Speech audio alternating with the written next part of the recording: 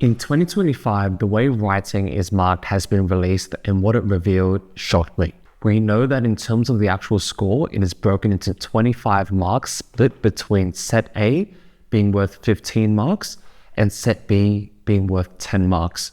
It is split into two sections of criteria called Set A and Set B. The Set A criteria focuses on content, form, including the structure and organization, and vocabulary and style, including the level of formality. They are linked to the assessment objectives AOs 1 to 4. Set B focuses on the sentences, punctuation, and spelling, and are linked to the AOs 5 and 6. AOs being assessment objectives is similar to the syllabus and acts as the backbone of what specific details students have to achieve with this intended assessment. As discussed already, Set A goes through selecting interesting content and relevant details using appropriate form, organizing ideas coherently, using paragraphs and a range of cohesive devices, and using a deliberate chosen style, range of vocabulary and level of formality. Essentially, all this means is that if you're sticking to the conventions of the text type, produce a specific response that caters to every element of the question, rather than memorize or use an existing story that is not original, for instance, then it can be really cohesive. It can get the bulk of the 15 marks. There are 6 bands for each set of criteria between 1 to 6, arranged from highest to lowest with a set of marks for each band. The overall writing component of the New South Wales Selective Exam has a 25% weighting compared to before, when it was only worth 15% in the years prior from 2025. Way back in the day though, from 5 years and prior to that, writing was actually worth less than 15% and only worth 10%. So this actually resulted in more students who were stronger and focused more on maths and general ability back in the day to have a much higher weighting, and some of them just neglected writing altogether because only worth a tenth of the overall weighting. Ultimately, this led to an imbalance of more males getting into the New South Wales selective schools compared to females, so they have adjusted this over time, increasing it to 15% and now 25%. As we know, according to the statistics, females generally perform better in English, whether this is in reading comprehension and in writing.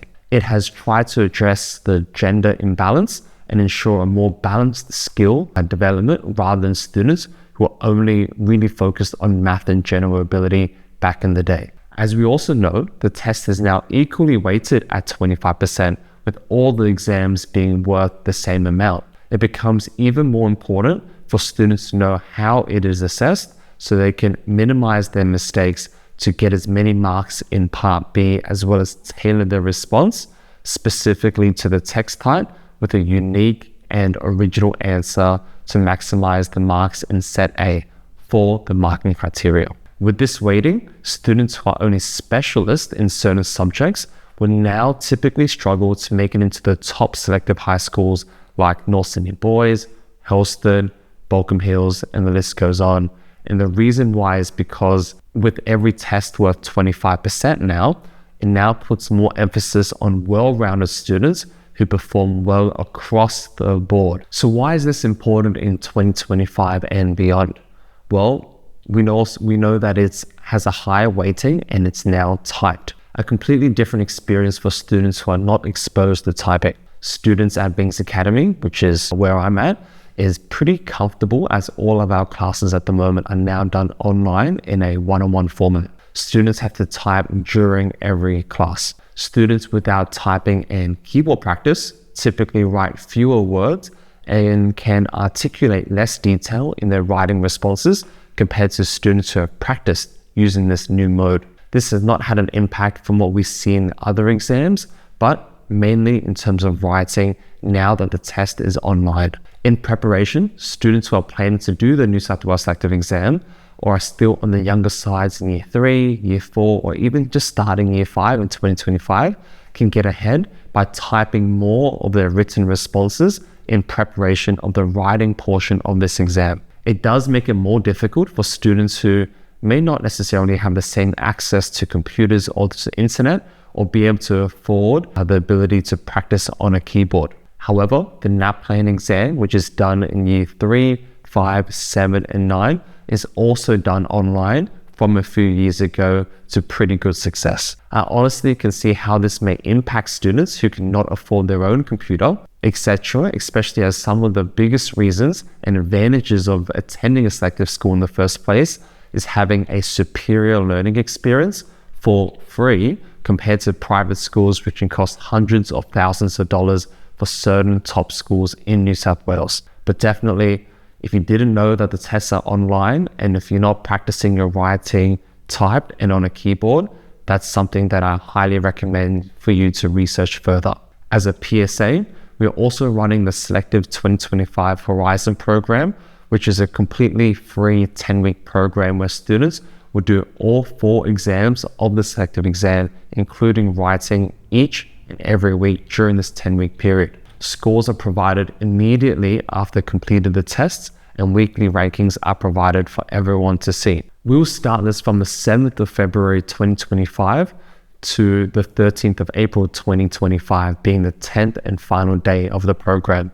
Again, it is completely free for students in year 6 who are serious about preparing for the exam. So please, I implore you to only sign up if you can commit to the entire 10 weeks. This also will allow students to type and format their responses in preparation for the exam in May. As part of our marking criteria, as all students will be doing it from home though, we have implemented additional criteria to account for AI being used. Students who use AI in their writing makes it pretty obvious at the moment and defeats the purpose, which is why we've included a specific mention to set A of the marking criteria for the Selective Horizon program for us to account for any students that may consider using AI.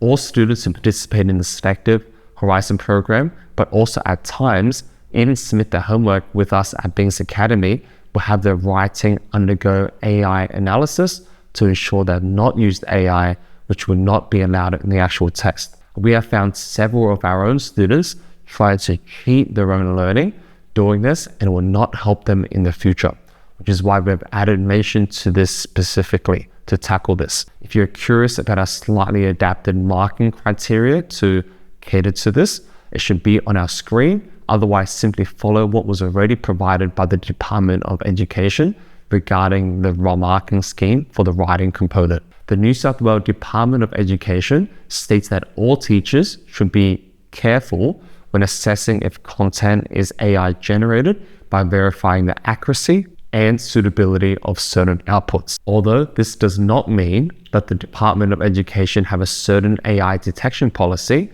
like what we do in Bings Academy, we are trying to curb it, especially if students have to practice and do exams at home where there's little to no safeguard to fully prevent it. We also know that all writing responses are marked by 2 expert writing teachers for the New South Wales Selective Exam. The average between the 2 is then given as the final raw score before it is compared with other students, and if there is a big discrepancy, a senior reviewer will step in. This is something I suspected in the past and I've mentioned in previous videos, because that is exactly what is done in the high school certificate or the HSC for English Advanced and Extension, and will also be done for this selective exam. When a senior reviewer steps in, whatever mark they assign will be the final mark, unless you still dispute this when you get the results at the end. It is not a perfect system, but since writing is important yet subjective, based on the marking criteria that I talked before, which can be interpreted in slightly different ways, it does reduce the subjectivity that is inherently involved in terms of the marking process. That is why writing feedback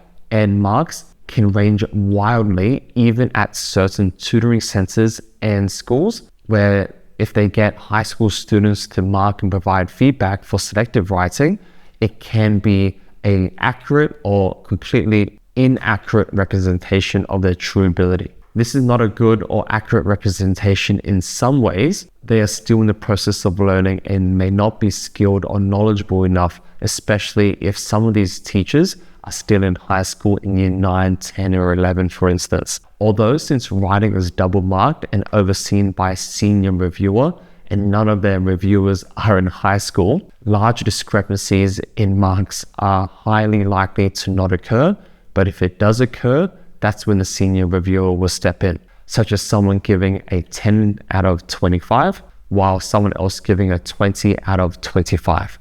The average between those scores would be 15, but since that they have a discrepancy of 10 marks, which is very wide apart, the senior reviewer would then step in those instances. For high-stake exams like the HSC, which can really influence a student's ability to get into university or get in high enough ATAR to study a certain subject, it can have very high stakes and ramifications, which is why I'm not surprised that it's now being used and confirmed to be used in the New South Wales Selective Exam for Year 7 entry. Ultimately, I gave it a bit of a breakdown in terms of the new changes in how writing is marked in the New South Wales exam. If you had any more insights or you're curious about some other information, such as how do we even get a full mark or 25 out of 25 based on this marking criteria, how can we make sure that we get the most marks as possible, whether it's in set A or in set B, or